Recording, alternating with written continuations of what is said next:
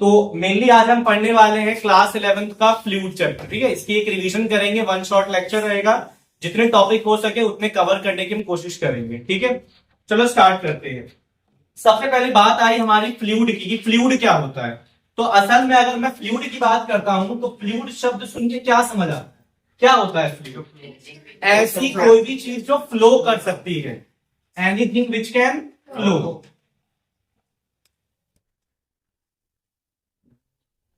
Flow in the sense बहना। ठीक है, अब कौन कौन सी चीजें हैं? एक तो लिक्विड फ्लो करता है, दूसरा गैस फ्लो करता है। तो जब हम गैस और लिक्विड दोनों को साथ में कंसिडर करेंगे तो उसको हम क्या बोलेंगे बेटा? फ्लूइड। क्या बोलेंगे? फ्लूइड। क्या ये बात आई समझ? ठीक है, जब हम बात करते हैं फ्लूइड, हम जो पढ़ने वाले हैं फ्लूइड को दो पार्ट में पढ़ेंगे। एक पढ़ेंगे फ्लूइड के अंदर फ्लूइड स्टैटिक। क्या पढ़ेंगे? Fluid static. और फ्लूइड में दूसरा टॉपिक क्या रहेगा हमारे लिए? Fluid dynamics. अच्छा, सिर्फ फ्लूइड में नहीं, कहीं पे भी, जैसे अगर तुम फिजिक्स की कोई भी ब्रांच पढ़ रहे हो, वहां पे स्टैटिक शब्द रहे, स्टैटिक का मतलब होता है रुका हुआ, मतलब एट रेस्ट। और डायनामिक्स का मतलब होता है एट मोशन या इन मोशन। मोशन का मतलब जब कोई चीज मूविंग कंडीशन में होती है, उसकी पोजीशन टाइम के साथ क्या हो रही होती है? चेंज हो रही है, तो उसको क्या बोलते हैं? हम मोशन बोलते हैं। इसके बाद हम पढ़ेंगे बेटा आइडियल फ्लूइड और नॉन आइडियल फ्लूइड। कैसा फ्लूइड? तो मेनली अगर मैं फ्लूइड में देखूं तो हमारे पास सिर्फ 4 टॉपिक है पढ़ने के लिए। क्या क्या? Fluid static, fluid dynamics, ideal fluid and non ideal fluid. तो हमारा जो पूरा ये चैप्टर है इन्हीं 4 टॉपिक के आसपास चलता रहेगा। ठीक है, एक एक करके हम शुरू करते हैं कि हमें क्या क्या पढ़ना है।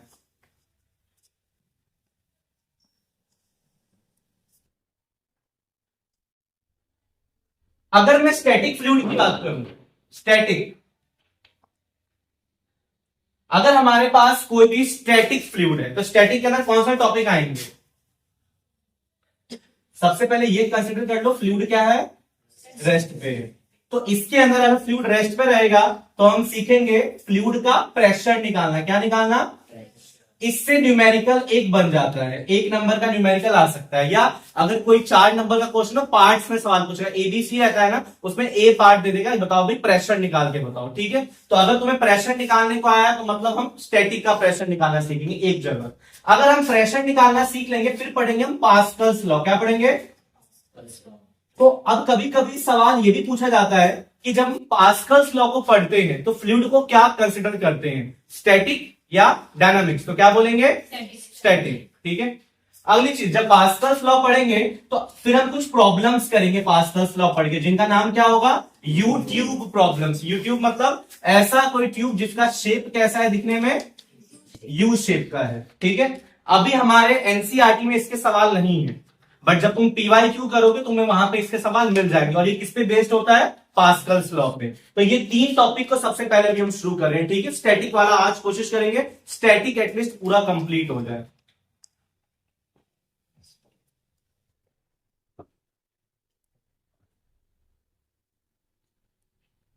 हेलो, जैसा कि वन शॉट लेक्चर है तो हम पूरा डेरिवेशन नहीं करेंगे। ठीक है, मैं डायरेक्ट तुम्हें फॉर्मूला बताऊंगा, उसके ऊपर एक न्यूमेरिकल करेंगे। जैसे मैंने बोला मुझे प्रेशर निकालना है। क्या निकालना है? प्रेशर। तो सबसे पहले प्रेशर थोड़ा समझ लेते हैं। प्रेशर का फॉर्मूला क्या होता है? Force by area. फोर्स कैसी क्वांटिटी है? वेक्टर। एरिया कैसी क्वांटिटी है? वेक्टर। ठीक है, फोर्स और एरिया कैसी क्वांटिटी है हमारे पास? वेक्टर क्वांटिटी है। प्रेशर कैसी क्वांटिटी है? स्केलर। प्रेशर कैसा है? तो यहां से हमें एक कंसेप्ट और समझ आया कि जब 2 वेक्टर को डिवाइड करते हैं तो उनका जो रिजल्टेंट होता है वो क्या होता है? स्केलर होता है। यूनिट की बात करते हैं, यूनिट क्या होती है इसकी? न्यूटन। एरिया की मीटर स्क्वायर, तो न्यूटन पर मीटर स्क्वायर। बेटा इसी को क्या बोलते हैं हम? पास्कल। क्या बोलते हैं?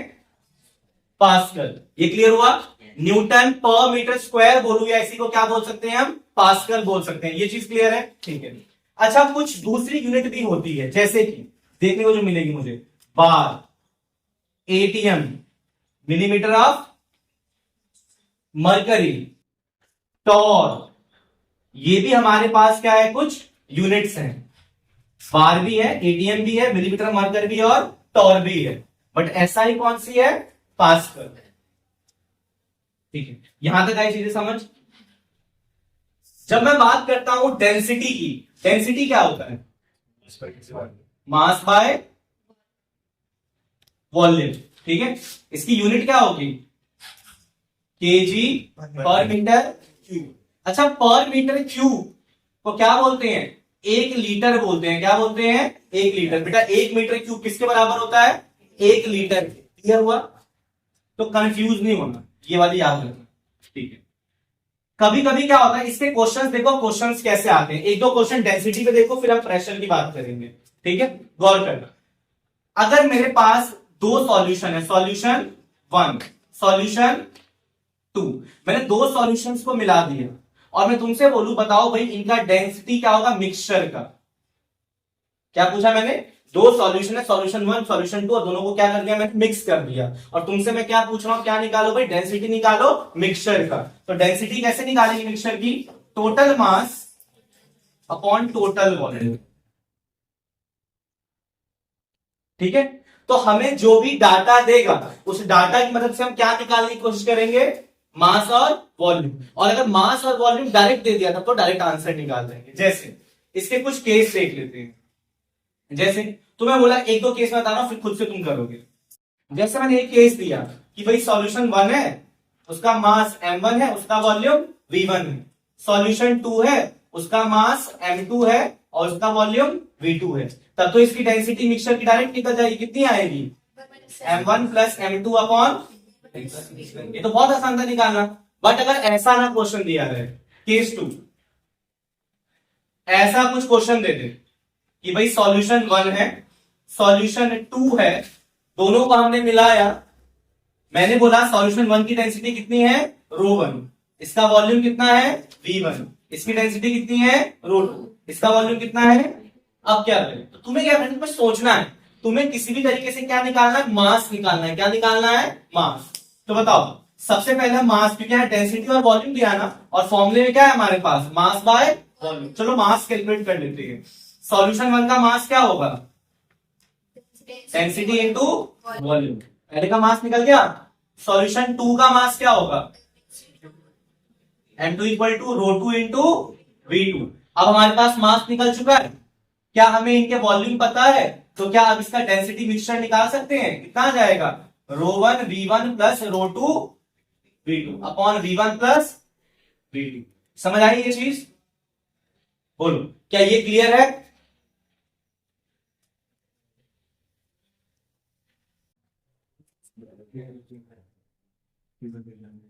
तो डेंसिटी मिक्सचर क्या आ जाएगा सेकंड केस के लिए हमारे पास, ρ1 v1 ρ2 v2 upon v1 plus v2।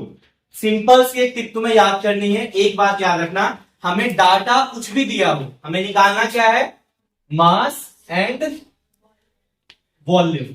अगर डेंसिटी दिया तो मास कैसे निकालेंगे, डेंसिटी दे रखा है तो। अगर डेंसिटी गिवन है तो मास बाय वॉल्यूम फॉर्मूला होता है, तो मास क्या आ जाएगा, डेंसिटी इंटू वॉल्यूम। अगर मुझे वॉल्यूम निकालना है तो वॉल्यूम कैसे निकालूंगा, mass upon density, mass upon, बस ये टिप्स पे हमें काम करना है। इतना आया क्लियर, क्या ये समझ आया।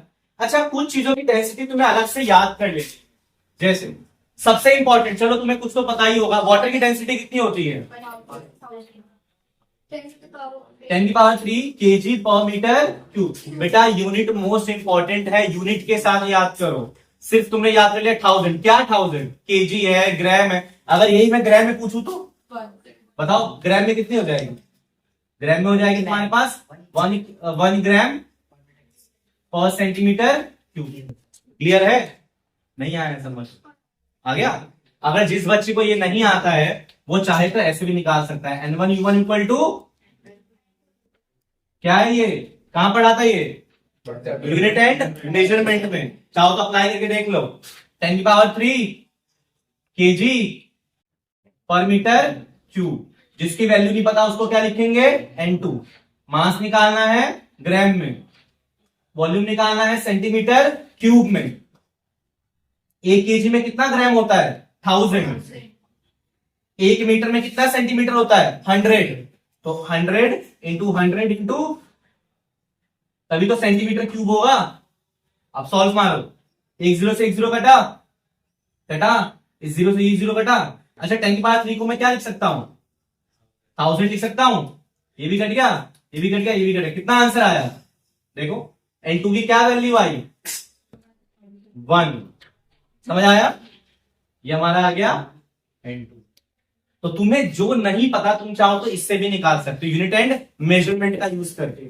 एक सिस्टम में याद है, दूसरे सिस्टम में तुम कन्वर्ट भी कर सकते हो। क्लियर हो गया। अगर कोई यूनिट नहीं, इसको उतारना है किसी को तो उतार लो।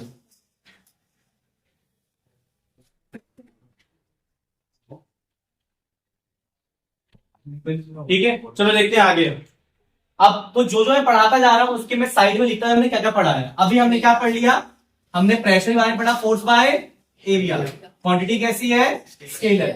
यूनिट क्या है, न्यूटन पर मीटर स्क्वायर। इसको क्या बोलते हैं, पास्कल। फिर पढ़ा हमने डेंसिटी, फॉर्मूला क्या होता है, मास बाय वॉल्यूम। फिर पढ़ा हमने डेंसिटी ऑफ मिक्सचर, फॉर्मूला क्या लिखूं, total mass upon total volume. चलो अब अगले टॉपिक पे आते हैं। अब समझना, अब पढ़ेंगे हम प्रेशर एट डेप्थ। मेरा मन नहीं है डेरिवेशन कराने का, पर देख लेते हैं, क्योंकि कुछ बच्चे डायरेक्ट डेरिवेशन ही कर दे, बोले कि डेरिवेशन करके दिखाओ, डिराइव करो, तो कैसे करो।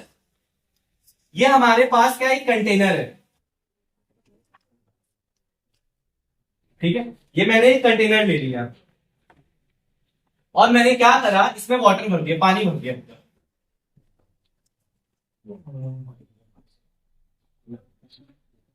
और इसके बीच में मैंने क्या करा है, किसी चीज को रख दिया है, ठीक है। कोई चीज है, कोई भी ऑब्जेक्ट या कोई सब्सटेंस रख दिया। ये इस सब्सटेंस को पानी के अंदर मैंने क्या किया है, पूरा डुबा दिया है। अच्छा एक बात बताओ, पानी की बात करते हैं, कुछ पानी इसके ऊपर है, कुछ पानी इसके नीचे है, कुछ पानी इसके साइड में है और कुछ पानी इसके इस साइड है। इतनी बात आ रही है समझ। अच्छा पानी की जब बात करता हूं मैं, वाटर की बात करता हूं। वाटर क्या है, वाटर एक कंपाउंड है जिसके अंदर अगर मैं 1 मोल पानी बोलता हूं, सिर्फ 1 मोल, तो 1 मोल में कितने मॉलिक्यूल होंगे, 6.022 इंटू 10 पावर 23 मॉलिक्यूल। मतलब अगर बोलूं इसके आसपास कितने, अगर माना 1 मोल पानी है मान लिया मैंने, तो इसके आसपास पानी के कितने मॉलिक्यूल है, एन मॉलिक्यूल, कितने हजारों मॉलिक्यूल है, ठीक है। अच्छा एक बात बताओ, कोई भी चीज क्या चाहती है, हमेशा किस चीज में रहना, इक्विलिब्रियम में रहना। किसमें रहना, इक्विलिब्रियम में रहना।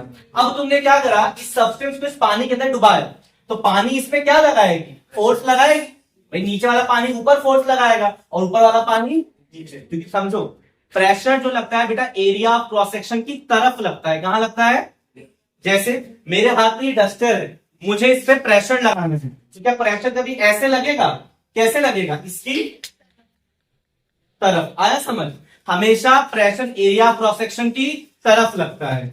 इसमें किसी को डाउट है तो चलो, ये जो पानी के मॉलिक्यूल यहां मैंने ले लिए, ये फोर्स कैसे लगा रहे हैं इस एरिया क्रॉस सेक्शन पे, ये बताओ, नीचे की तरफ। भाई इसको दबाने की कोशिश करेंगे, और जो नीचे पानी के मॉलिक्यूल्स है वो कैसे फोर्स लगाएंगे, वो कहेंगे ऊपर जाओ तुम। क्योंकि मैंने क्या कहा, हमेशा फोर्स किधर लगता है, एरिया क्रॉस सेक्शन की तरफ। मैंने बोला ये कौन सा फोर्स है, F1, ये कौन सा फोर्स है, F2। और इसका कुछ मास भी तो होगा, इसका कुछ मास भी होगा, और वो मास हमेशा इसको कौन सा नीचे फोर्स लगाएगा, क्योंकि बेटा mg जो है इस अर्थ में हर जगह लगता है। और ये जो तुम एक्सपेरिमेंट कर रहे हो कहां कर रहे हो, अर्थ में कर रहे हो ना, अर्थ के सरफेस पे, ठीक है। तो एक फोर्स कहां लगेगा, mg। क्या इतनी बात आई समझ। तो मैंने इसका एक फ्री बॉडी डायग्राम बना, मैंने बोला एक सब्सटेंस, इसमें एक फोर्स लग रहा है, नीचे वो कितना लग रहा है, F1। एक फोर्स लग रहा है ऊपर, वो कितना लग रहा है, F2। और नीचे कितना लग रहा है। अब मैंने बोला ये बॉडी हिल नहीं रही, ये बॉडी क्या नहीं है, हिल नहीं रही। इसका क्या मतलब है, इसका मतलब कि जितना फोर्स ऊपर लग रहा है उतना ही फोर्स नीचे। एरो को ध्यान से देखो, क्या F1 नीचे लग रहा है, क्या mg नीचे लग रहा है। इसका मतलब मैं ये लिख सकता हूं कि F1 प्लस mg जो है उतना ही F2 कहां लग रहा है। क्या इसमें किसी को डाउट है, क्या यहां से मैं ये इक्वेशन बोल सकता हूं क्या, mg equal to F2 minus F1? कितना आया समझ? mg किसके इक्वल आ गया, F2 माइनस F1 के। बेटा ये m क्या है इसमें, मास ऑफ सबस्टेंस। अच्छा ये फोर्स कौन लगा रहा है, लिक्विड। ये फोर्स कौन लगा रहा है, लिक्विड। यहाँ पे g क्या है, एक्सेलरेशन ड्यू टू ग्रेविटी, जिसकी वैल्यू क्या होती है 9.8 मीटर पर सेकेंड स्क्वायर। अब जैसा हमने पढ़ा था, इसकी क्वेश्चन यहां ले रहा हूं, mg equal to F2 minus F1। इससे पीछे हमने फोर्स का फॉर्मूला पढ़ा है। यहां से फोर्स क्या लिख सकता हूं मैं, देख के बताओ, प्रेशर इंटू एरिया। देखो स्टेप बाय स्टेप, अगर कोई चीज समझ में आए बता देना, ठीक है। प्रेशर इंटू एरिया, तो मैं F2 क्या लिखूं, प्रेशर इंटू एरिया। ये एरिया कौन सा एरिया है, देखो एरिया भी समझो। जब मैं एक सिलेंडर की बात करता हूं, जैसे मेरे हाथ में मार्कर है, तो ये एरिया कौन सा एरिया है, कर्व सरफेस। कौन सा एरिया, कर्व सरफेस। जो हम पकड़ा मैंने, कौन सा एरिया, कर्व सरफेस। और ये कौन सा है, area of cross section, area of cross section. मुझे बताओ ये फोर्स एरिया क्रॉस सेक्शन पर लग रहा है कि कर्व सरफेस पर लग रहा है, एरिया क्रॉस सेक्शन पे।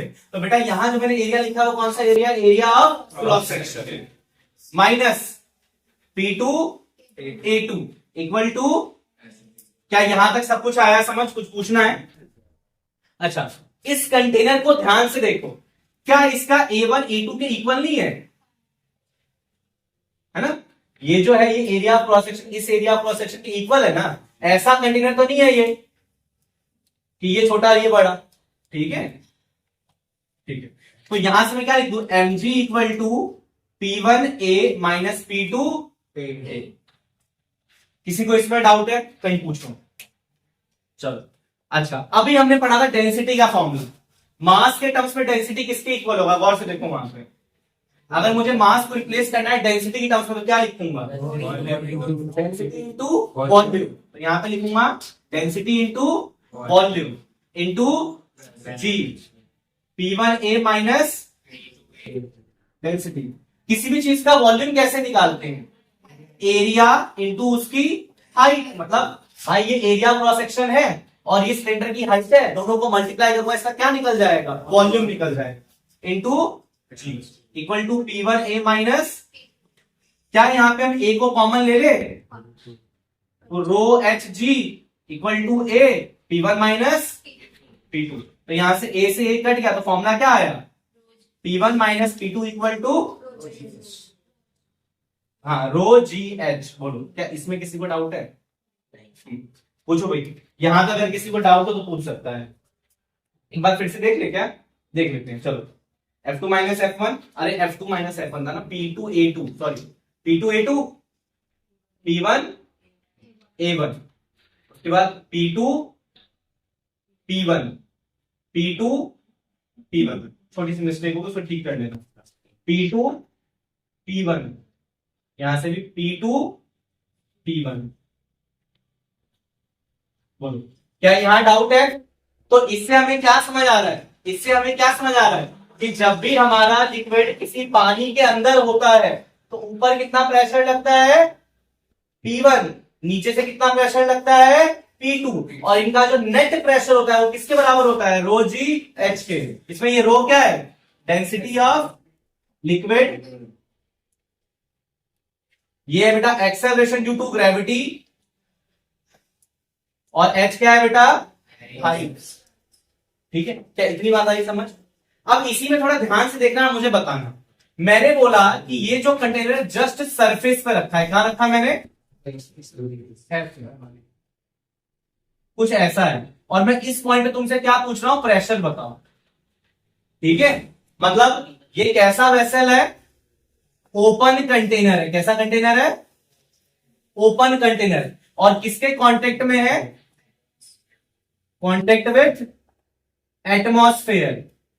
अच्छा यहां देखो, ये जो आसपास तुम्हारे इतनी सारी गैस है वो भी तो हम पे प्रेशर लगा रही है, और उस प्रेशर को क्या बोलते हैं बेटा, एटमॉस्फेरिक प्रेशर, तो यहां पे अगर मैं बोलूं तो यहां पे कौन सा प्रेशर लग रहा है, तो P1 की जगह क्या लिख दूं, P एटमॉस्फेरिक। तो ये जो मैंने इक्वेशन बनाई, इक्वेशन क्या बन जाएगा, P2 equal to, sorry P2 minus P atmospheric equal to rho g h. तो यहां से P2 किसके इक्वल आ जाएगा, PA प्लस, इतनी बात आई समझ। तो बेटा प्रेशर एट डेप्थ कितना होगा, PA plus rho g H. क्या इसमें किसी को कोई डाउट है? चलो किसी को उतारना है, टेंशन उतारना, ठीक है। अब यहां देखो, तो मैंने अभी क्या निकाला था, P2 minus P1 equal to, बोलो ये बात आई थी समझ। अभी हमने डेरिवेशन करके, पूरी डेरिवेशन करके हमने एक इक्वेशन बनाई, P2 minus P1 equal to rho g h. बेटा ये जो P2 माइनस P1 है, इसी को बोलते हैं गॉज प्रेशर। क्या बोलते हैं, क्या ये बात आई समझ। अगर मैं तुमसे गॉज प्रेशर बोलूं तो गॉज प्रेशर किसके इक्वल होगा, रो जी एच के। और अगर मैं P2 बोलूं तो P2 किसके इक्वल होगा, P नॉट प्लस, ये कौन सा प्रेशर है, प्रेशर एट डेप्थ। यहां तक आया समझ, कोई डाउट? अच्छा अगर मैं तुमसे नेट प्रेशर पूछूं, नेट प्रेशर या एब्सोल्यूट प्रेशर पूछूं, तो बेटा नेट प्रेशर या एब्सोल्यूट प्रेशर का मतलब होता है कि तुम नीचे गए हो तो कितना आया है मान में, तो बताओ कितना आया है। पी एब्सोल्यूट क्या लिखूंगा मैं, पी नॉट प्लस। तो ये तीन चीजें तुम्हें याद रखना। तुमसे वो गॉज प्रेशर पूछ सकता है, एब्सोल्यूट प्रेशर पूछ सकता है, या प्रेशर एट डेप्थ पूछ सकता है। अब इसकी ट्रिक्स देखो, इसकी ट्रिक देखो। तुम्हें ट्रिक मैं फिर बता रहा हूं, इससे पहले मैं तुम्हें सिखाया था। जैसे ट्रिक कब काम करेगी, जब तुम्हारे पास क्या है, लिक्विड में तुमने लिया है वाटर, लिक्विड में क्या लिया है, वाटर, और तुम्हें कुछ डेप्थ गिवन है। डेप्थ क्या गिवन है, कुछ गिवन है। जैसे मैं बोला एक्स मीटर है, कितना है, एक्स मीटर, और तुम्हें बोला क्या निकालो, प्रेशर एट डेप्थ। तो तुम्हें स्टेप 1 कैसे करना है, स्टेप 1 जो डेप्थ दिया उसको किससे डिवाइड कर दो बेटा, 10 से। स्टेप 2 जो आया डिवाइड करके उसमें क्या ऐड कर दो, 1, और उसकी यूनिट क्या लिख देना, एटीएम। एटीएम अगर इसको पास्कल में लिखना है तो x5 10 प्लस 1 इंटू 10 की पावर 5 पास्कल। क्या ट्रिक समझ आया। जैसे अब देखो बहुत सारे क्वेश्चन ऐसे ही करेंगे। जैसे बुक का एक सॉल्व एग्जांपल है, बोला प्रेशर बताओ एट स्विमर, भाई प्रेशर बताओ एक स्विमर पे, जो डेप्थ कितना है 10 मीटर पे, कितनी डेप्थ पे है, मतलब ये पानी है और पानी के सरफेस से कितना नीचे है स्विमर, 10 मीटर नीचे। बताओ इस पे कितना प्रेशर लग रहा है। तो मैंने ट्रिक सिखा रखी है तुम्हें। 10 को 10 से डिवाइड किया कितना आ गया, 1, 1 में ऐड करें कितना आ गया, 2 एटीएम। कितना आ गया, 2 एटीएम। क्लियर हुआ। क्या कर लोगे, अगर बाई चांस ट्रिक नहीं याद आ रही है, ट्रिक से गलती हो रही है, कुछ भी वैसा है, तो नॉर्मल फॉर्मूला लगा लो। नॉर्मल फॉर्मूला क्या कहता है, P2 equal to P not plus rho जी।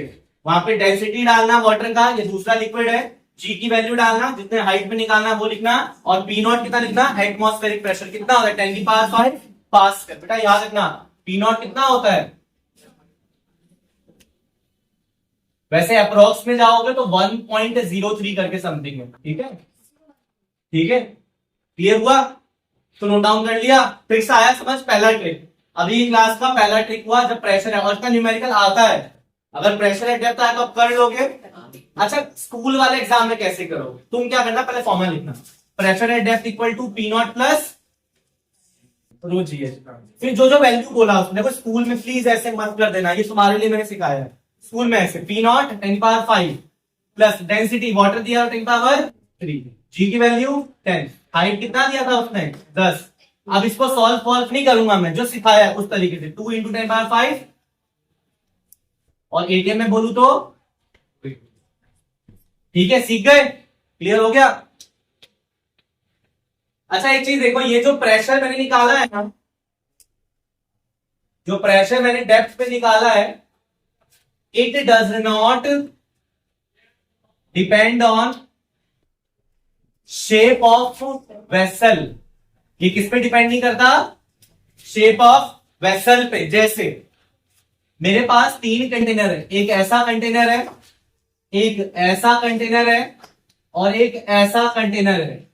अगर मैं सेम पॉइंट पे तुमसे प्रेशर पूछूं A B C, तो चाहे शेप कैसा रहे, अगर तीनों का सेम लेवल है और सेम डेप्थ पे पूछ रहा हूं तो हमेशा कितना आएगा बेटा, सेम ही, इक्वल ही प्रेशर आएगा। P A equal to PB equal to PC. क्या ये बात आई समझ? और आगे जाके इसी को मैं एक नाम दे दूंगा। क्या नाम दे दूंगा? Pascal's law. क्या नाम दे दूंगा इस लॉ का मैं? Pascal's law. यहां तक आया समझ? Note down. चलो अब देखते हैं अगला केस। अब मैं ले रहा हूं एक्सेलरेटिंग फ्लूइड। कैसा फ्लूइड ले रहा हूं? इसमें केस समझो, इसमें हम दो मोशन लेंगे, एक लेंगे वर्टिकल मोशन, एक लेंगे हम हॉरिजॉन्टल मोशन।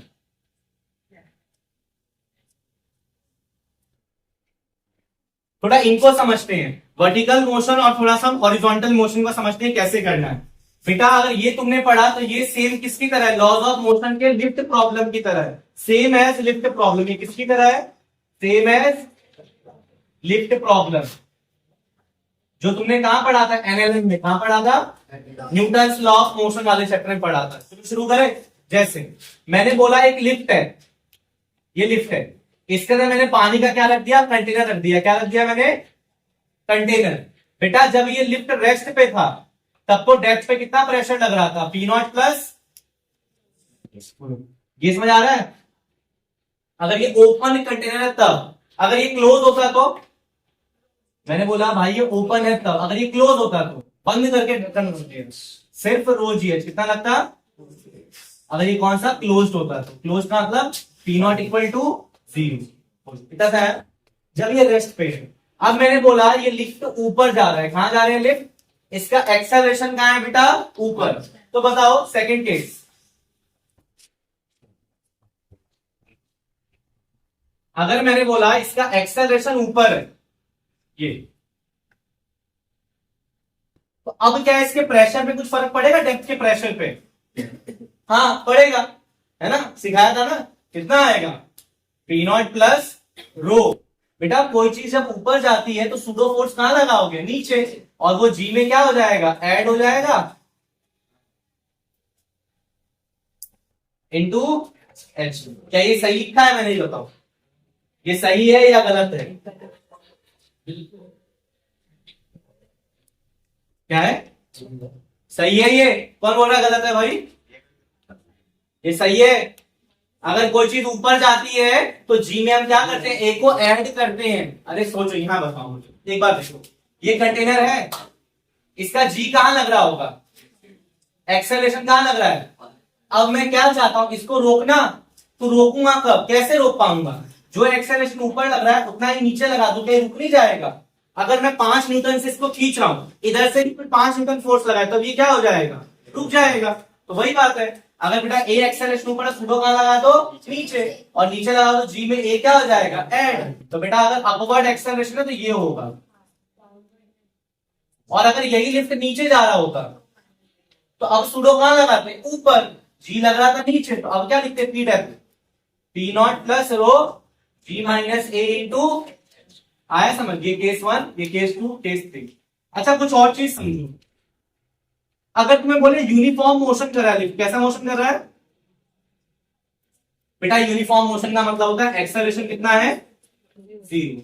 बोले कांस्टेंट वेलोसिटी से ऊपर जा रहा है, एक्सेलरेशन क्या लेना? 0। बोले कांस्टेंट वेलोसिटी से नीचे आ रहा है, एक्सेलरेशन कितना लेना? 0। मतलब इन तीनों ही केस में तुम्हारा पी डेप्थ क्या होगा? पी नॉट प्लस रो जी। आया समझ? अगर मैं बोलूं कि लिफ्ट की जो है ना वो टूट गई है, वो नीचे एकदम फ्री फॉल कर रहा है, फ्री फॉल, फ्री फॉल। देखो सेम लिफ्ट में तुमने यही पढ़ा था। अब तुम पानी की जगह किसको फील कर रहे हो? यहाँ पे मैन को। तो याद करो मैं क्या पढ़ा था। यहाँ पे क्या लिखते हैं? Normal equal to m g, normal equal to m g plus a, normal equal to m g minus a, और इन तीनों केस में normal equal to m g. याद आ गया? सेम हमने ये कहां पढ़ा था? एनएलएम के अंदर भी पढ़ा था हम। अगर ये लिफ्ट नीचे कट जाए तो एक्सेलरेशन किसके इक्वल हो जाएगी? जी के। और एक्सेलरेशन जैसे जी के इक्वल तो पी की वैल्यू क्या आएगी? P not. पी किसके इक्वल हो जाएगा? पी नॉट पे। क्लियर हो गया? यहां तक आया समझ? चलो इसको उतार दो, फिर हॉरिजॉन्टल को देखेंगे। चलो अब अगला इंपॉर्टेंट है, मोस्ट इंपॉर्टेंट चीज को बोलेंगे पास्कल्स लॉ। क्या पढ़ेंगे हम? Pascal's law. क्या होता है पास्कल्स लॉ? अपने अपने कॉन्सेप्ट में बताओ पास्कल्स लॉ को लेकर क्या होता है पास्कल्स लॉ, चलो बताओ। प्रेशर सेम होता है एक हॉरिजॉन्टल लेवल पे। एक मोस्ट इंपॉर्टेंट चीज भूल रहे हो, जब लिक्विड कैसा हो, रेस्ट पे हो या स्टैटिक हो, ये भी बोलना है कि लिक्विड जब स्टैटिक पे होता है और लिक्विड भी कैसा होना चाहिए, सेम डेंसिटी का लिक्विड होना चाहिए। दो अलग अलग डेंसिटी के लिक्विड ले ली तो प्रेशर सेम नहीं होगा। जैसे तो चलो लिखे, तो पास्कल्स लॉ में क्या लिखेंगे इसकी statement, pressure in a fluid, pressure in a fluid eight rest is same at all point which are at same height. क्या ये बात आ रही है समझ? देखो मैंने बोला है कि जैसे मेरे पास फ्लूइड है,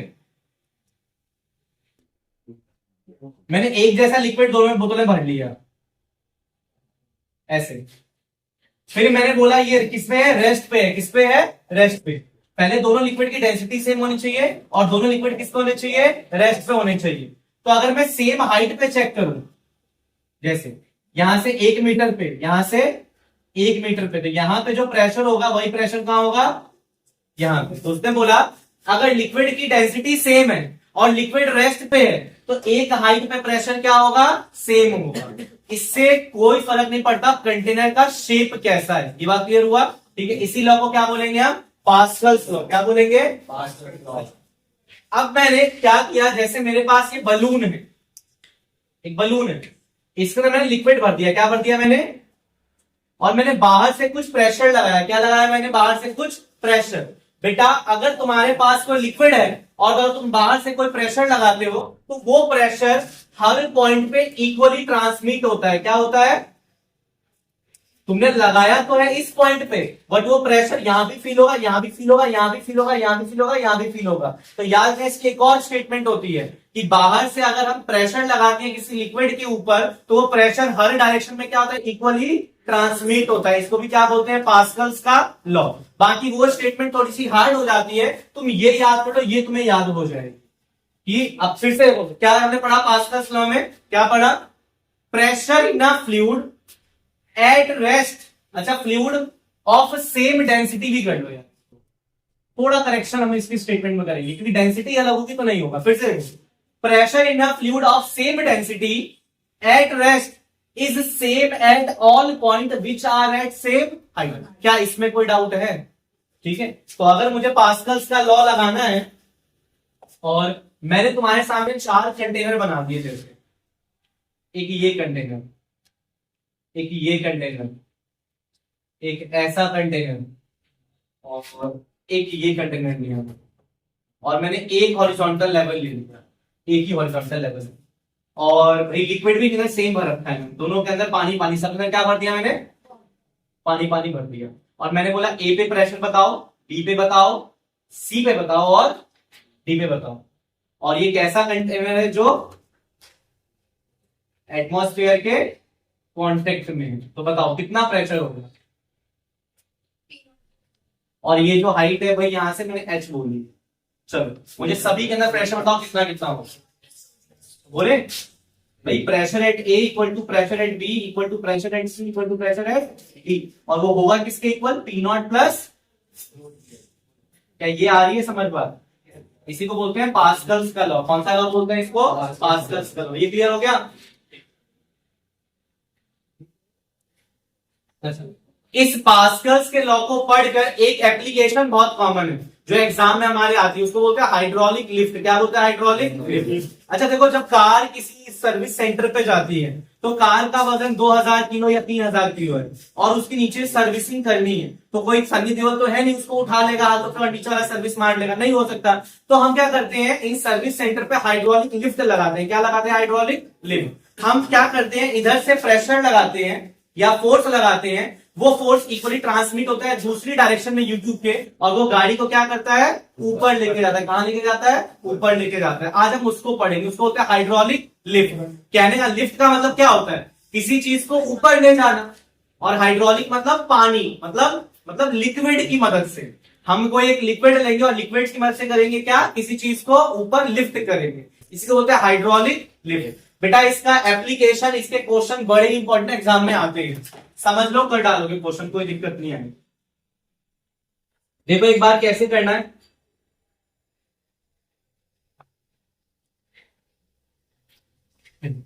जैसे मैंने एक एग्जांपल लिया, सबसे पहले मैं एक यूट्यूब लूंगा।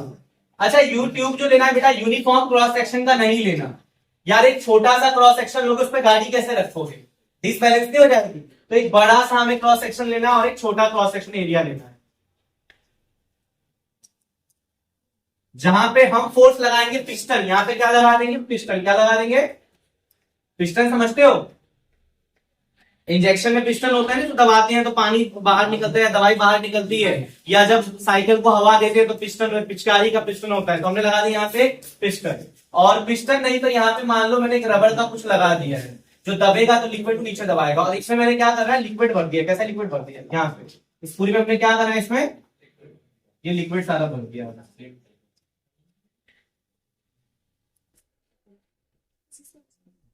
और पिस्टन अभी यहाँ पे है। बोलो इतनी बात आ रही है समझ, इसमें कोई डाउट है नहीं है। अब सीखो, क्या ये एटमॉस्फेयर के कांटेक्ट में है, तो क्या इस पे एटमॉस्फेरिक प्रेशर लगेगा, इसमें किसी को कोई डाउट। यहां पे मैंने क्या रखा है, कार रख दी है। क्या रख दिया है भाई, जिसको उठाना है वो कार यहां रख दी है।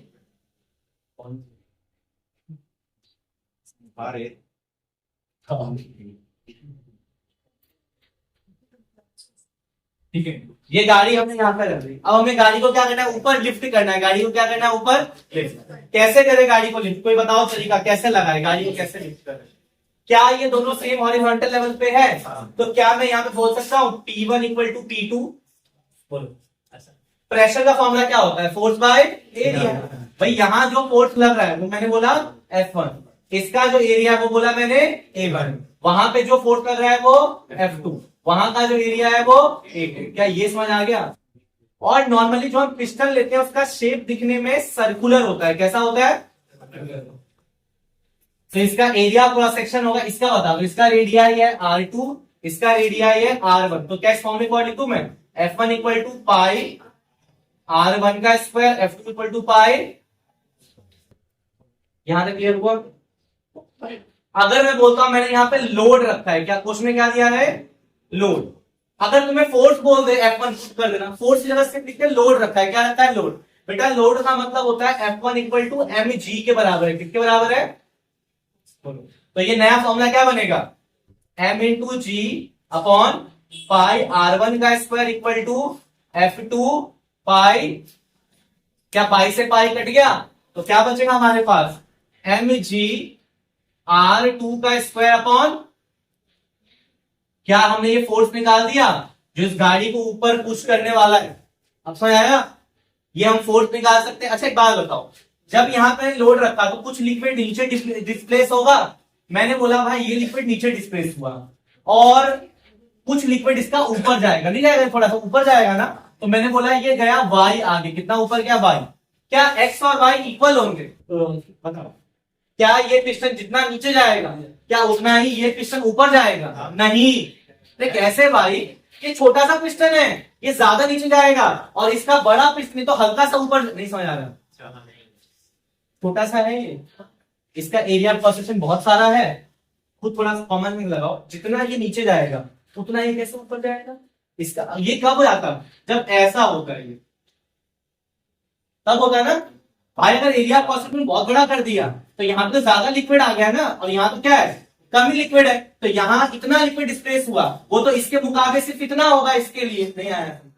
आ रही बात समझ, तो x और y इक्वल नहीं होगा। हाँ बट एक चीज इक्वल होगा, क्या होगी, जितना वॉल्यूम पानी का यहाँ नीचे होगा उतना ही वॉल्यूम पानी ऊपर जाएगा। ये तो आ रहा है समझ। एक बात बताओ, बड़ा सोचो, मेरे पास 1 लीटर पानी है, चाहे मैं बड़े बोतल में रखूं चाहे छोटे बोतल में रखूं, उसका क्या चीज फिक्स है, वॉल्यूम।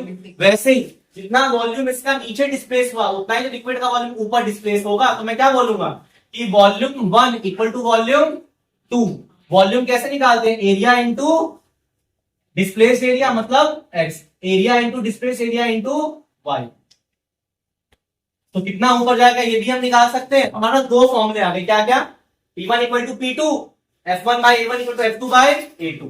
अगर लोड रखा है तो F1 की जगह क्या पुट करूंगा मैं, mg, A1 की जगह छोटे वाले पिस्टन का रेडियस का स्क्वायर इंटू पाई। अब समझो कोई भी पाई के टर्म्स में सॉल्व मत करना, न्यूमेरिकल करते समय पाई से पाई क्या होगा, कट जाएगा, ठीक है। और अगर तुमने मास लिया है केजी में तो नॉर्मली क्या लेना, रेडियाई, कोई दिक्कत नहीं है, कोई दिक्कत नहीं है। अगर तुमने रेडियाई सेंटीमीटर में भी लिया होगा तो मीटर में मत कन्वर्ट करना, कि यहाँ पे भी रेडियाई है और यहाँ पे भी रेडियाई है। कुछ बच्चे गलती करते हैं, वो क्या यही गलती करेंगे, वो देखेंगे मास क्या है केजी में, वो जल्दी रेडियाई को कन्वर्ट करना शुरू करते हैं। वो रेडियाई को पहले अगर 1 सेंटीमीटर है तो उसको मीटर में कन्वर्ट करेंगे, फिर रेडियाई को मीटर में कन्वर्ट करेंगे, ऐसा मत करना। क्लियर हुआ। अगर दोनों रेडियाई सेंटीमीटर, यूनिट क्या होगी इसकी, कट जाएगी, इसलिए जैसा हो वैसा ही पुट कर देना।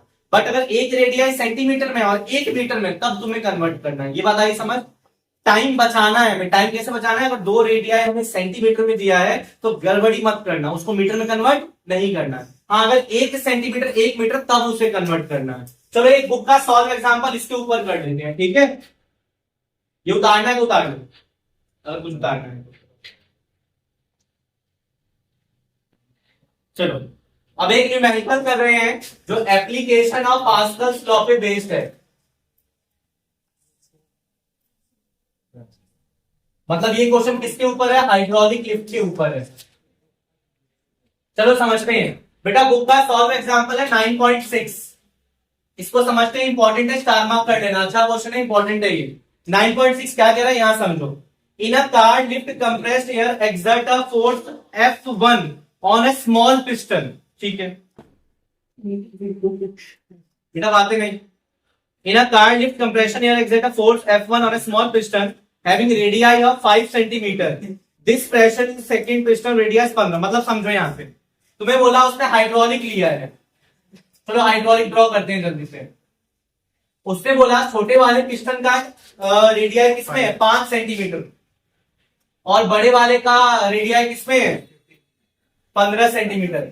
आज से पहले हम लोग क्या करते थे, अगर तुम्हें ये याद नहीं होता तो नॉर्मली बच्चे यही गलती करते हैं, वो सेंटीमीटर किसमें कन्वर्ट कर देते हैं, मीटर में। तुम्हें नहीं करना है, ये दोनों यूनिट किसमें है, ये ध्यान दो, दोनों यूनिट किसमें है, मत करना कन्वर्ट, सेंटीमीटर में है। अब उसने क्या कहा कि the mass of the car to be lifted 135, देखो जो हमने गाड़ी रखी है जिसको हमें लिफ्ट करना है उसका मास कितना है, 1350 केजी। कितना केजी का कार है भाई, 1350 केजी का। और हमें निकालना है क्या बेटा, F1। क्या निकालना है हमें, F1 निकालना है। क्लियर हो गया, क्वेश्चन आ रहा है समझ भाई। 1350 केजी का एक कार यहां पे रख दिया है जिसका एरिया क्रॉस सेक्शन कितना है, 15 सेंटीमीटर। यहां मुझे फोर्स निकालना है, इसका कितना है, 5 सेंटीमीटर। क्या हमारे पास कोई फॉर्मूला था, याद करो, पढ़ा था हमने, F1 A1 equal to F2 A2। F1 की जगह F1 एरिया क्रॉस सेक्शन पाई R1 का स्क्वायर इक्वल टू F2 की जगह कितना लिखूंगा, देखो 1350 केजी का कार है ना, तो अगर मास मुझे इसका दे दिया, मैंने क्या सिखाया था उसको किस पर कन्वर्ट कर दो, mg में। तो यहाँ पे क्या लिखूंगा, 1350 इंटू 10, और इसका एरिया क्रॉस सेक्शन पाई, रेडियाई कितना लूंगा इसका 15 इंटू 15, और यहाँ पे 5 इंटू। अब देखो कुछ भी सॉल्व करना, आंसर हमारा इजीली आ जाएगा। क्या पाई से पाई कट जाएगा, बोलो, इस पाई से पाई कट गया, 5 से 15 कट गया, इस 5 से 15 कट गया, तो क्या बचा हमारे पास, F1 इक्वल टू 1350 इंटू 10, 3 5 जा 15, 5 2 जा 10, 5 3 जा 15। इसको सॉल्व करो, कितना आ जाएगा, ये 3 होना 50 लगा दिया 5 आ गया। अच्छा हाँ 3 3 3 5 3 जा 5 3 जा 3 3 जा 9, तो यहां से आ गया 1350 अपॉन 9 इंटू 10। तो अप्रोक्स कुछ ज्यादा आगे नहीं भागेगा, ये 1 पॉइंट समथिंग कुछ आ जाएगा। 9 को 10 से करोगे तो 1 पॉइंट समथिंग कुछ आएगा। तो तुम्हारा F1 जो आएगा अप्रोक्स इतना ही 1500 के अप्रोक्स आएगा। ठीक है, करके देख लेना बेटा, इसका आंसर जो आएगा वो अप्रोक्स 1500 न्यूटन के बराबर आएगा। हार तक करना बुक का सॉल्व एग्जांपल। अगला इसका पार्ट उसने बोला what is the pressure necessary to accomplish this task. अब तुम्हें प्रेशर निकालना है यार, बहुत आसान है। Pressure equal to force by force, कितना निकाला 1500। इसका एरिया क्रॉस सेक्शन कितना होगा पाई। अब देखो, अब यहाँ पे 2 रेडियाई नहीं है, अब इसको तुम्हें किस में करना, मीटर में कन्वर्ट करना पड़ेगा। तो 5/100 का स्क्वायर, तो इसको सॉल्व कर लेते हैं। 1500 22/7, 5 का स्क्वायर 25 और 100 का स्क्वायर 100 इंटू, ठीक है। अब इसको सॉल्व करो, कितना आंसर आ रहा है। तो प्रेशर यहां से करो तो आंसर पास्कल में आ जाए, ठीक है। कैलकुलेट करके देखो कितना आ रहा है, सभी निकालो। 1.9 इंटू 10 की पावर 5 पास्कल है, बस चेक कर लेना, यही आएगा।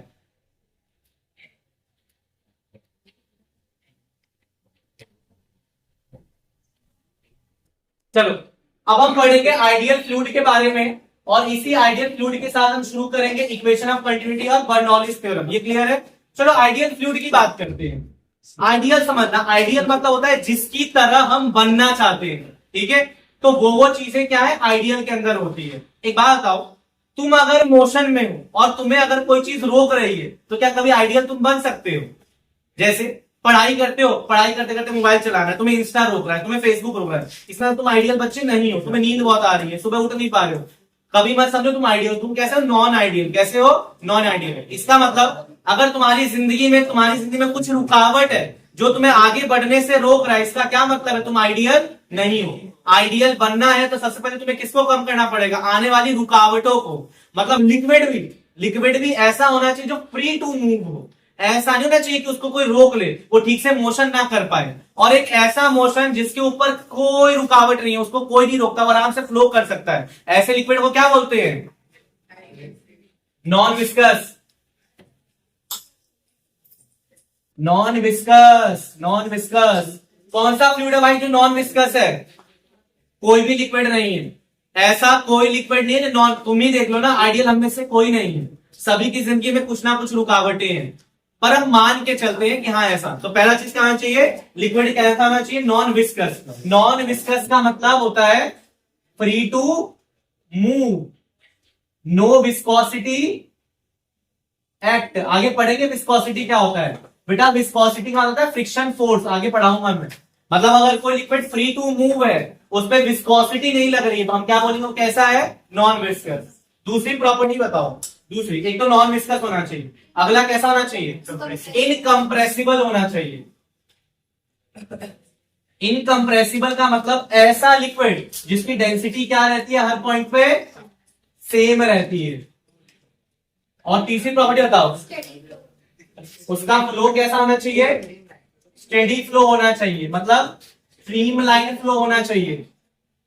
ये स्ट्रीमलाइन फ्लो का मतलब क्या है, at particular point velocity of each particle remain same. मतलब जैसे मेरे पास कोई लिक्विड है और उसके ये 3 पार्टिकल है, ये 3 पार्टिकल एक साथ मूव कर रहे हैं और तुम्हें लग ही नहीं रहा कि 3 मूव कर रहे हैं, तुम्हें क्या दिखाई दे रहा है, सिंगल मूव कर रहा है। क्योंकि देखो सब एक साथ मूव कर रहे हैं, सब एक जैसे लग रहे हैं ना। बट अगर एक ऐसा हो, एक ऐसा, एक ऐसा हो, तो क्या तुम्हें तीनों दिखाई दे रहे हैं, क्या 3-3 मार्कर अलग अलग दिखाई दे रहे हैं। तो ये कैसा फ्लो हो गया, नॉन स्टेडी फ्लो। तो जब पार्टिकल, पानी के लिक्विड के पार्टिकल जब एक साथ फ्लो करते हैं और उनकी वेलोसिटी क्या होती है, हर पॉइंट पे सेम होती है, तो ऐसे फ्लो को क्या बोलते हैं बेटा हम, स्टेडी फ्लो या स्ट्रीमलाइन फ्लो। तो ये 3 प्रॉपर्टी होनी चाहिए, ठीक है। अच्छा एक चीज स्टेडी फ्लो समझ तो एक बात और बताओ, क्या स्टेडी फ्लो में जो पार्टिकल है एक दूसरे को कभी इंटरसेक्ट करेंगे।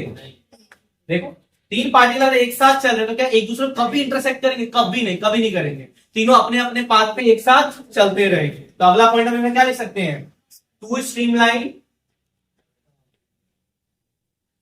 नेवर क्रॉस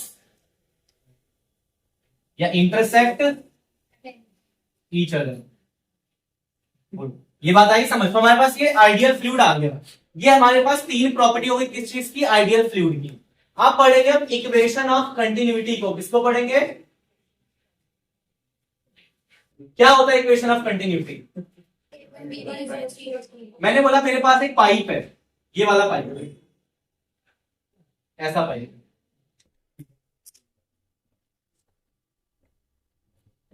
इसका एरिया क्रॉस सेक्शन क्या है A1, इसका एरिया क्रॉस सेक्शन क्या है A2। देखो तुम्हारे आसपास जितने फिनोमिना होते हैं बेटा, तुम्हारे आसपास जितने फिजिकल फिनोमिना होते हैं उसी की स्टडी को हम फिजिक्स बोलते हैं। क्या बोलते हैं?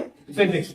कभी तुमने गौर किया होगा अगर किसी को अपनी गाड़ी वगैरह धोनी होती है तो वो करता क्या है, पानी के पाइप को थोड़ा सा उंगली से बंद कर देता है, तो गौर कर तो पानी बहुत तेजी से नीचे गिरता है। या अगर तुम्हारे नलके से पानी आ रहा है तो नलके को थोड़ा सा बंद करो, देखो और तेज पानी नीचे गिरने शुरू हो जाता है। तो ऐसा क्यों होता है? तो आज हम यही पढ़ने वाले हैं कि एरिया ऑफ क्रॉस सेक्शन और वेलोसिटी के बीच में क्या रिलेशनशिप है।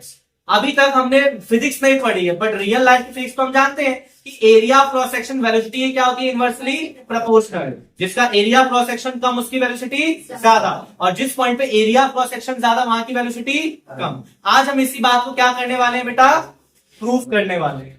चलो मुझे बताना, एक छोटा सा एग्जांपल लेते हैं फिर इसको समझेंगे। भाई ये गेट है, ये एक दूसरा गेट है। मैंने बोला यहां इस वाले गेट से 10 लोग अंदर घुसे, तो इस वाले गेट से कितने लोग बाहर निकलेंगे? बताओ कितने लोग बाहर निकलेंगे? 10। इसका ये मतलब है जितना वॉल्यूम अंदर घुसेगा उतना ही वॉल्यूम, या जितना मास अंदर उतना ही मास बाहर। क्या ये बात आ रही है समझ? तो इक्वेशन ऑफ कंटिन्यूटी में हम ये बोलते हैं कि टोटल मास इन फ्लो पर सेकेंड, टोटल मास इन फ्लो पर सेकेंड। क्योंकि मैंने क्या बोला, लिक्विड कैसा है, स्टेडी है। स्टेडी मतलब 3 अंदर घुसे हैं साथ साथ तो निकलेंगे तो 3 बाहर निकलेंगे, 4 अंदर घुसे तो निकलेंगे तो 4 बाहर। मतलब जब ये सारे मास अंदर जाते हैं 1 सेकेंड में, वो किसके इक्वल होगा, टोटल मास आउटफ्लो पर सेकेंड। क्या ये बात आ रही है समझ? अगर 4 लिक्विड के पार्टिकल अंदर गए 1 सेकेंड में तो बाहर कितने निकलेंगे 1 सेकेंड में? 4। 10 अंदर गए तो बाहर कितने निकलेंगे? 10। क्योंकि बीच में ये स्टेडी फ्लो है, कोई रुक नहीं जाएगा अंदर, क्योंकि चारों एक साथ मूव कर रहे हैं। अगर ये नॉन स्टेडी होता तो एक की ज्यादा एक की कम एक की कम, तो जो सबसे पहले अंदर आता वो सबसे पहले बाहर निकलता, जो उसके बाद आता वो उसके बाद बाहर निकलता। क्या ये बात आई समझ? चलो इस बात के लिए डेरिवेशन करते हैं जल्दी। तो मैं क्या बोलूं, जितना मास अंदर गया वो मैंने बोला डीएम, और जितने सेकंड में गया वो क्या है हमारे पास, डीटी। तो DM by DT equal to जितना मास बाहर निकला वो m2, और जितने समय बाहर निकला वो dt। अभी हम पढ़ के आए थे मास वॉल्यूम और डेंसिटी का रिलेशनशिप। क्या रिलेशनशिप का होगा, मास किसके इक्वल होता है, डेंसिटी इनटू वॉल्यूम के। तो क्या यहां से बोल सकता हूं dm1 upon dt, dm2 upon dt। मास को क्या लिख दूं, density into volume v1।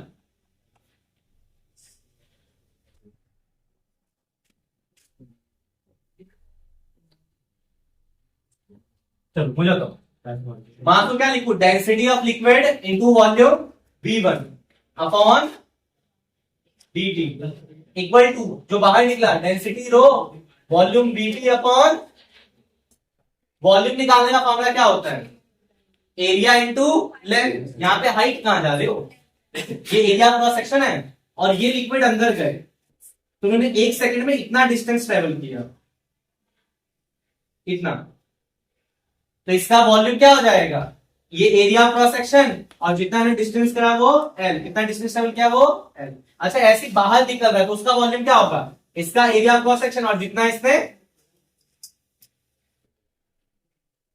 1 second में डिस्टेंस ट्रेवल किया वो। बोलो ये समझ आ रहा है नहीं आ रहा? अच्छा एक सोच के मुझे बताओ, क्या ये जो L1 है और ये जो L2 है ये बराबर होगा या अलग अलग होगा? सोचो ये L1 L2 इक्वल होगा कि अलग अलग होगा? क्यों अलग अलग होगा? एरिया अलग है इसीलिए अलग अलग है। क्यों? क्योंकि वॉल्यूम दोनों का सेम है, इसका मतलब एरिया ज्यादा तो ये कम लेंथ, और अगर इसका एरिया कम है तो इसकी लेंथ क्या होगी ज्यादा, तो वॉल्यूम सेम आएगा। ठीक है, तो यहां से मैं क्या लिखूंगा, density A1 into L1 upon dt, density A2 L2 upon dt। क्या जो लिक्विड अंदर गया वही लिक्विड बाहर निकल रहा है? तो क्या उनकी डेंसिटी सेम होगी, तो डेंसिटी क्या हो जाएगी, कट जाएगी। तो यहां से आ गया A1 A2। बेटा डिस्प्लेसमेंट अपॉन टाइम क्या होता है, वेलोसिटी। A1 V1 आ गया, डिस्प्लेसमेंट अपॉन टाइम V2। हमारे पास इक्वेशन क्या आ गई, A1 V1 equal to A2 V2 equal to constant. इसका मतलब A1 V1 का जो प्रोडक्ट है, A2 V2 का जो प्रोडक्ट है वो क्या होगा, कांस्टेंट। मतलब जहां एरिया क्रॉस सेक्शन ज्यादा वहां वेलोसिटी, जहां एरिया क्रॉस सेक्शन कम वहां वेलोसिटी। बेटा तभी तो 2 नंबर का प्रोडक्ट कांस्टेंट रहने वाला है। क्या ये आया, समझिए एग्जाम में आता है इक्वेशन ऑफ कंटिन्यूटी। अब डायरेक्ट आ जाते हैं बर्नौलिस के ऊपर। इसमें कोई डाउट है, देख लो समझ लो बताओ। एक बार दोबारा देखो, जब मैंने इक्वेशन कंटिन्यूटी लिखा तो मैंने क्या क्या कंसीडर किया। लिक्विड कैसा है, non viscous, incompressible, steady flow कर रहा है। फिर मैंने बोला जितना मास फ्लो हुआ 1 सेकेंड में उतना ही मास बाहर निकला पर सेकेंड में। dm1 upon dt, dm2 upon dt। मास को लिखा density into volume. This is not velocity, ये क्या है, ये वॉल्यूम है। डेंसिटी इंटू वॉल्यूम, ये क्या है, density into volume. dt upon dt, दोनों की डेंसिटी सेम है, डेंसिटी कट जाएगी। वॉल्यूम को क्या लिखेंगे, area cross section into length, area cross section into length. तो A1 L1 A2 L2 dt upon dt, L by dt equal to velocity, L by dt equal to velocity. तो equation क्या आ गई, A1 V1 equal to A2 V2 equal to constant. क्या तुम्हें equation of continuity आई। आज की class का हम आखिरी टॉपिक अब करने वाले, इसका नाम क्या है, बर्नौलिस थ्योरम। मोस्ट इंपॉर्टेंट है एग्जाम पॉइंट ऑफ व्यू से, जो मैं आज पढ़ा रहा हूं वेरी वेरी इंपॉर्टेंट है। ठीक है, चलो टॉपिक डाल दो, बर्नौलिस थ्योरम।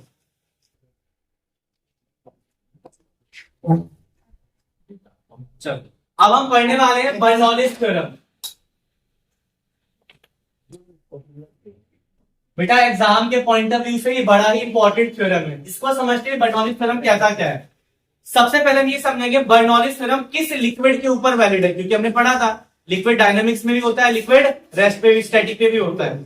अच्छा अभी जो हम लिक्विड की बात करें, कैसा लिक्विड है, वो फ्लो तो कर रहा है बट कैसा फ्लो कर रहा है, स्टेडी फ्लो। कौन सा फ्लो कर रहा है, तो सबसे पहले लिक्विड कैसा होना चाहिए, स्टेडी फ्लो वाला। फिर कैसा होना चाहिए, फिर कैसा होना चाहिए, और ये सारी प्रॉपर्टी किसकी है, इसका मतलब बर्नौलिस हम किस पे लगाने वाले हैं, आइडियल फ्लूइड पे। अगली चीज, बर्नौलिस थ्योरम बेस्ड किस पे होता है, तो बेटा ये बेस्ड होता है एनर्जी कंजर्वेशन पे। किस पे बेस्ड होता है, तो कब डाल दो, कंजर्वेशन ऑफ एनर्जी, इस पे बेस्ड होता है।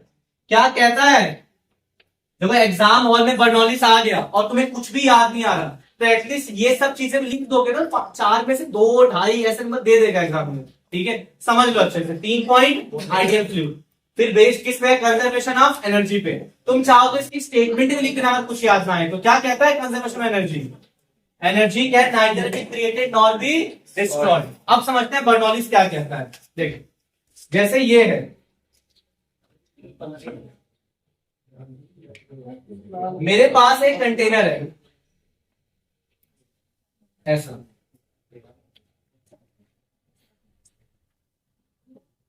ठीक है, जमीन से ये वाला क्रॉस सेक्शन एरिया कुछ हाइट पे है। मैंने बोला कितनी हाइट पे, h1 हाइट पे, और ये वाला क्रॉस सेक्शन कितनी हाइट पे है, h2 हाइट पे। डायग्राम समझ लो कैसे ड्रॉ करना है। मैंने यहां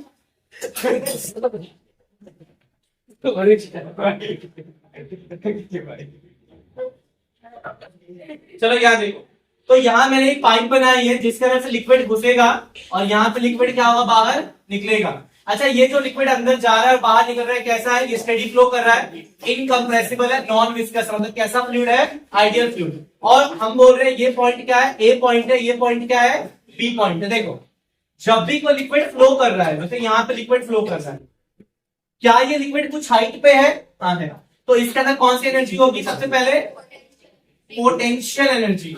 बेटा अगर कोई भी चीज हाइट पे होती है तो उसमें कौन सी एनर्जी होती है, पोटेंशियल। दूसरा, जब ये अंदर एंटर हुआ तो कुछ वेलोसिटी से हुआ और बाहर निकला तो कुछ वेलोसिटी से निकला, तो वेलोसिटी की वजह से कौन सी एनर्जी, काइनेटिक।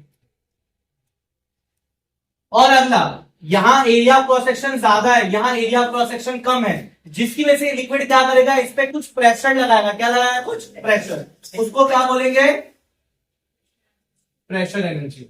तो जब भी कोई लिक्विड स्टेडी फ्लो करता है, कौन सा फ्लो करता है बेटा, स्टेडी फ्लो करता है, तो उसके अंदर पोटेंशियल एनर्जी, काइनेटिक एनर्जी और pressure energy per unit volume, per unit volume, per unit volume, इन तीनों का सम क्या रहेगा? कांस्टेंट रहेगा। और इसी थ्योरम को क्या बोलते हैं हम? Bird knowledge theorem. फिर से समझो, अगर मेरे पास कोई आइडियल फ्लूइड है, स्टेडी वाला, इनकम्प्रेसिबल, नॉन विस्कस वाला, और किसी पाइप के थ्रू वो बाहर जा रहा है, तो उस केस में एक पर्टिकुलर वॉल्यूम पे, मतलब 1 मीटर क्यूब, 1 मीटर क्यूब, इस 1 मीटर क्यूब में potential energy per unit volume, kinetic energy per unit volume, pressure energy per unit volume, इन तीनों का सम क्या रहेगा?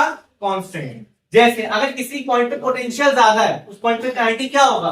कम। मतलब इन तीनों के सम को हमें क्या रखना पड़ेगा बेटा? कांस्टेंट रखना पड़ेगा। तो इसकी इक्वेशन क्या लिखे हम? चलो बताओ मुझे। इस ए पॉइंट पे पोटेंशियल एनर्जी क्या लिखूं?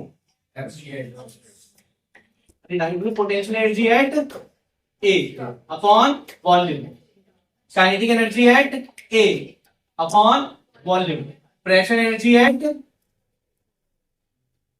इसको पूरा लिखूंगा, पोटेंशियल प्रेशर कंफ्यूज करोगे, pressure energy at A upon volume, वो किसके इक्वल होगा? Potential energy at B by volume, kinetic energy B by volume upon plus pressure energy B by volume. क्या इनका फॉर्मूला लिख डाले हम? क्या क्या फॉर्मूला होता है? कुछ कुछ तो तुम्हें याद ही होगा, चलो बताओ मुझे जल्दी। काइनेटिक एनर्जी का क्या फॉर्मूला होता है? Half m b square. तो काइनेटिक की जगह क्या लिखेंगे? Half m b square upon volume. बेटा ये जो है ये वेलोसिटी है, और ये क्या है? वॉल्यूम। काट मत देना कोई, बोले वी काट दिया, भाई क्वांटिटी अलग अलग है। ये क्या है? वॉल्यूम। लिख देता हूं, ये गड़बड़ी करोगे बेटा। और ये क्या है? ठीक है, इस पॉइंट पे करें तो यहां पे क्या लिखेंगे? 1 प्लस पोटेंशियल का फॉर्मूला क्या होता है? पोटेंशियल का mgh, m1 gh1 upon volume, plus pressure energy का फॉर्मूला क्या होता है? प्रेशर एनर्जी का बताओ। Pressure into volume, pressure into PV upon volume equal to half m2 v2 का square upon volume, m2 gh2 by volume, P2 V2 upon volume. ये समझ आया? देखो, kinetic energy per unit volume, potential energy per unit volume, pressure energy per unit volume, kinetic energy per unit volume, potential energy per unit volume, pressure energy per unit volume, इन दोनों का सम क्या रहेगा? Constant. अगली class में मैं इसकी derivation कराऊंगा, और अगली क्लास में पढ़ेंगे हम स्टोक्स लॉ। क्या पढ़ेंगे? रुक जाओ एक मिनट, घर से थोड़ा रिवाइज करके क्या क्या आना है।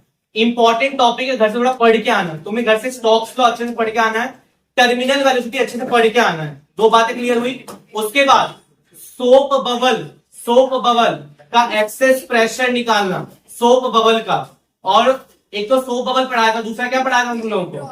Liquid drop. 2 लेंगे हम, सोप बबल और लिक्विड ड्रॉप। तो अगली क्लास में इसके ऊपर डिस्कस करेंगे। ठीक है, चलो मिलते हैं नेक्स्ट क्लास